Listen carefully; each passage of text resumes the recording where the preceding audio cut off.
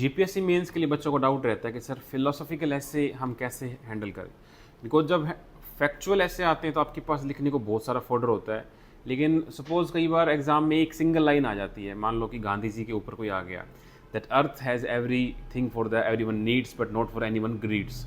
अब इस एक लाइन को 1200 वर्ड में कैसे आप एक्सटेंड कर पाओगे, या जैसे hate the sin love the sinner, ये एक लाइन आपको दे दी गई, ऐसी अक्सर आएंगी और इस बार आने के चांसेस ज़्यादा हैं बिकॉज हमारे पास 125 मार्क्स का होने वाला है।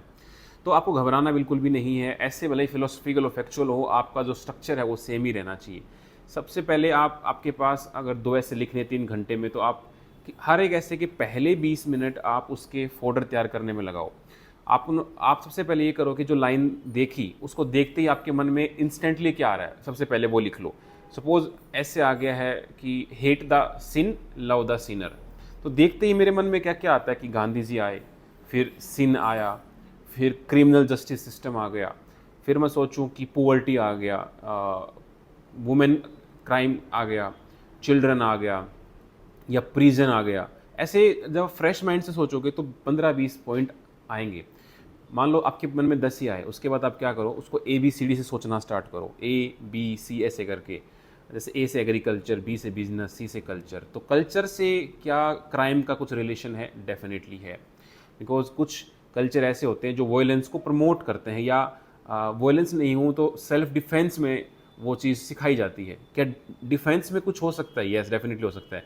क्या एनवायरनमेंट में हो सकता है? इसके बाद आपके पास 10-15 पॉइंट और होंगे।